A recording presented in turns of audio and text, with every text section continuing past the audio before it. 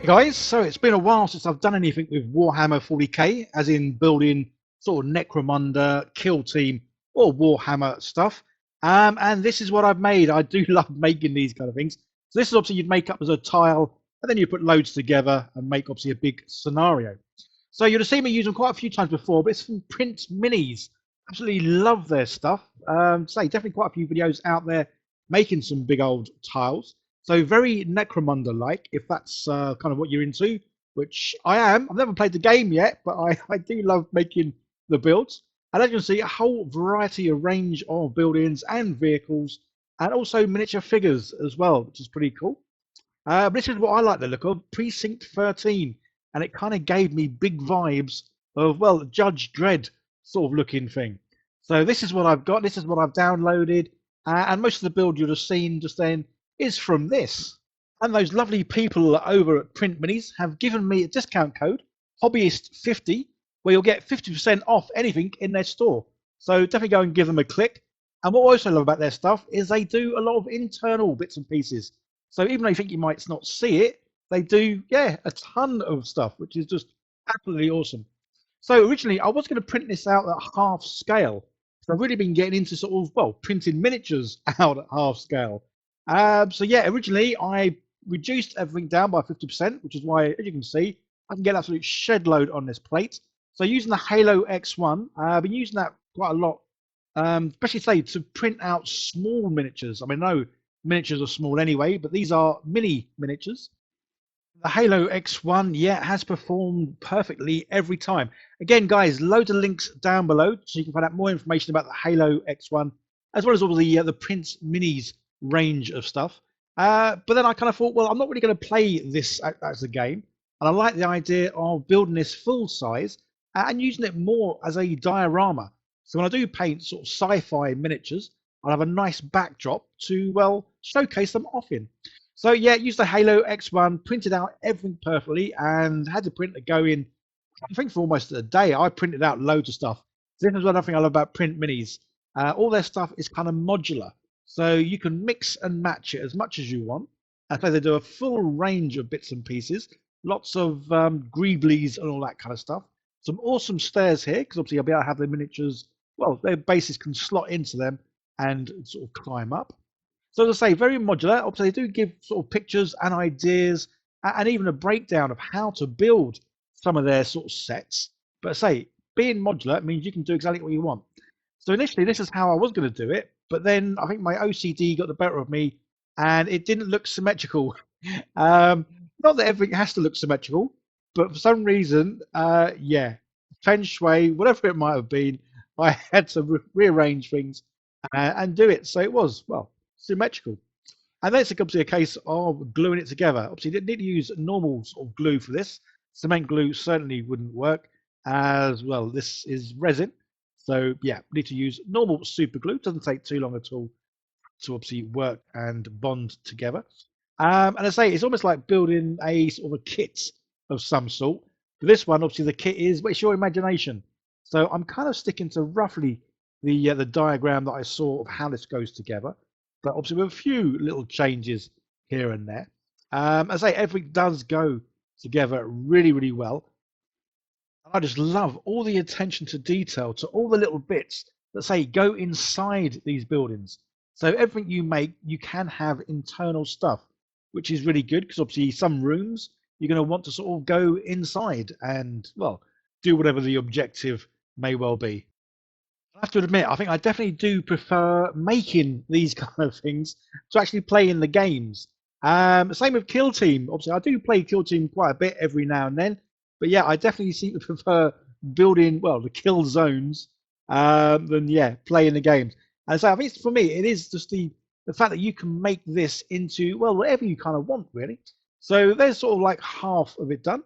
Just got to replicate the same sort of thing on the other side. Say make it pretty symmetrical. So obviously this does come as kind of like a kit that you can download, but you can get obviously extra add-ons and bits and pieces. And in one of the add-ons I saw was this sort of corner piece with some nice big chunky doors, which I absolutely love and wanted to get them involved. The only problem with these doors, they don't quite fit obviously where I'm putting it because this isn't this isn't where it was initially designed for. But that's fine because obviously we can do a little bit of cutting, sawing, and well, making things fit, which is exactly what I've done here. So as good old Blue Peter, here's some I made earlier, and these ones, well, they do fit. They're nice and snug. So it is a case of well pushing them in, which obviously I do. But this means then I can have those big chunky doors. So I've glued everything together now, and I've added a few extra bits like some railings, some chains. To say everything you see here, the lights, everything is from Print Minis. So they do a whole sort of range of bits and pieces. And don't forget to use my discount code to get 50% off, which is, well, absolutely amazing. And say it's so kind of them. So I've added some more walkways. Obviously, it's good to have different height levels, some stairs, and basically a whole lot of greeblies. And again, this is why I love Print Minis. They do a full range of everything you could need, from big exteriors, all the interiors, and then say just all the greeblies and bits and pieces you need to sort of fill out your board and make it look, well, kind of more realistic, I guess. So it's almost done. But before painting, there are two more steps I want to do. Because obviously looking at this, it kind of looks too neat. So I need to distress it a little bit. Yeah, I've made the top bit where obviously the helicopter goes. I've kept this as a separate bit just so that I can take it off and on if I wanted to use obviously the little entrance room for putting miniatures in or whatever. And talking of miniatures, obviously I did make a kill team.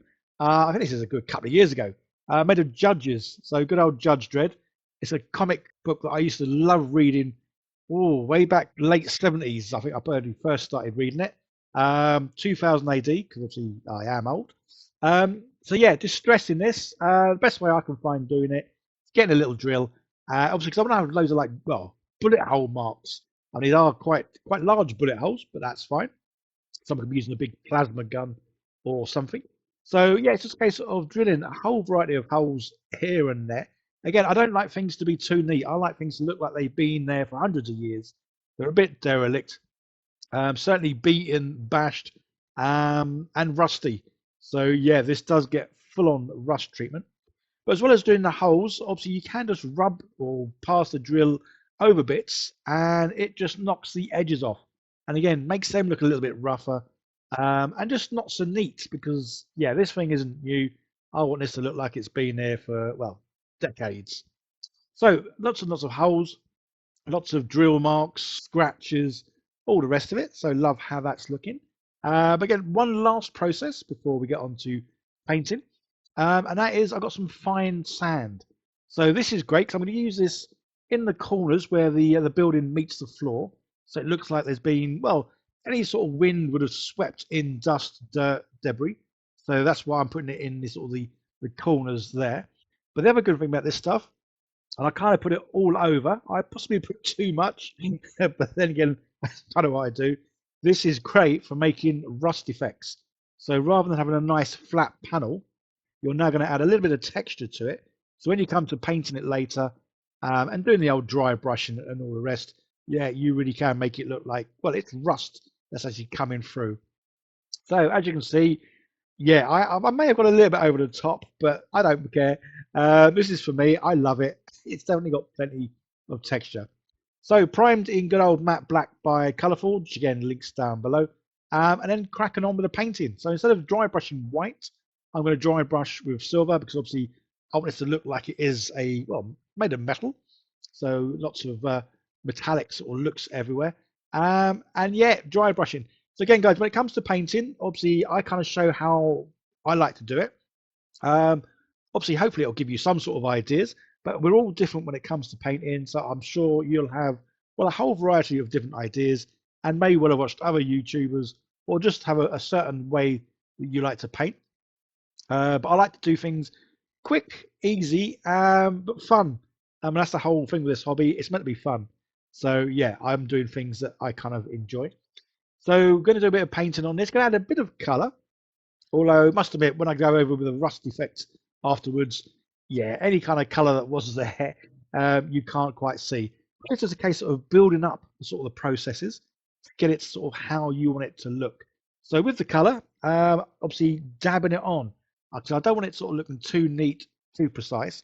I kind of want it to look like, well, the paint's kind of flaking off. Obviously, the rust is sort of coming through And yeah, it's breaking the paint off. So stippling it on seems to be the best way of getting the paint on in a kind of like a patchy sort of manner. Which again, this is what I really like. This was fun, easy, and quick. It didn't take me too long. I mean, this is quite a large piece, so it's obviously a lot longer than just painting a couple of miniatures. And then using the bone colour for the bottom, there's a couple of areas I've kind of left sort of blackish, and that's because I wanted to get some of the old hazard stripes, the good old black and yellow hazard or warning stripes, I guess they're called. And this is simply done just by getting sort of this, it's a low tack tape. The good thing is you can get this in a whole variety of widths. I think I've got it in at least 3. And I think this is actually one of the thickest ones, so it can be even thinner. It's a case of putting that over the black, then using a good old bit of yellow, and again stippling effect because we don't want anything to look too neat, too well painted. So stippling just gives us that rough little look, so some colour through underneath. Again, as though the paint is kind of like wearing off or wearing down even. So if this has been here for decades, yeah, the paint certainly would have faded over all that time, especially with all the foot traffic, and missiles, bombs, and whatever else going off. So yeah, pull away the tape. So it is low tack, so it comes off nice and easy. It doesn't take any paint away. And then there's a few more little bits to sort of paint, and again stippling with these because I don't want anything to look too neat and too tidy. And then we get onto the bit that I really do enjoy, even though it is one of the messier sort of things. We're going to make this look really rusty. So I put a few little transfers on. I haven't got too many to put on. And then I printed out these sort of banners. These are from 2000 AD. I think it is something to do with the judge's sort of main building. But then this stuff, I haven't used this for ages. Dirty down rust. I'll have to admit, I'm not sure if this stuff still works as well as it did when I first got it. So I've had this now for about 3 years, this bottle, obviously a big old bottle. The easy way of using this, I put some on sort of neat, so it's going to be highly concentrated, and then some bits are watered down, just to get a nice variation in the sort of the levels of rust. And you'll see what I mean by that once it's dried. Plus, also using the water helps get some streaky bits, as obviously the water will just streak it down. So yeah, some areas watered down, and in some areas nice and neat, and a good old combination sort of the two. I say the reason for this is some areas that got diluted won't be as rusty as the areas where it is neater. So this is where I've literally just done it. It takes at least 15 to 30 minutes to sort of dry, cure, whatever the term might be, obviously depending on the temperature. But then when it does fully dry, this is what you get, and I love it. So dirty down rust is it's amazing stuff. So as you can see, this does look like you'd need a tetanus jab if you cut yourself on it. But obviously, you can't really see that it looks too metallic at the moment. So I need to go through or go over and do the dry brushing again with silver. But this time, really literally just sort of catching all the edges, just so they look like they are sort of bare metal coming through. So yeah, I absolutely love this. A nice, simple, easy way to make a building look, well, rusty, metallic, and yeah, it's awesome. So absolutely love this. So a big shout out, thank you again to Print Minis for sending me these files, and say the discount code, guys. Go check out their full range of stuff. They do a ton, and so they do a whole load of miniatures and creatures, as well as obviously the terrain and cars and vehicles and that sort of stuff. And check out the Halo X1 because I say awesome printer. It's been printing out well for the last year. Well, I've done so much with it. It's just been absolutely amazing. So guys, don't forget to like, share, subscribe, leave comments, all that wonderful stuff. So I'll say a big shout out and thank you to all my lovely patrons. They'll be coming up in a minute as well. And yeah, anything you want to see me make on this channel, obviously it is mainly sci-fi, as in Warhammer, Necromunda, 40k, kill teams, that sort of stuff. Or it's the sort of D&D kind of range and Hero Quest. Actually, two of my favourite sort of stuff to make things for, whether it's the miniatures or terrain pieces like this. And I say this will be used kind of a backdrop diorama for any other miniatures that I may paint. So you will see this well, you'll see this again coming up in quite a few other videos. Okay, guys, you take care. See you in the next one. Bye now.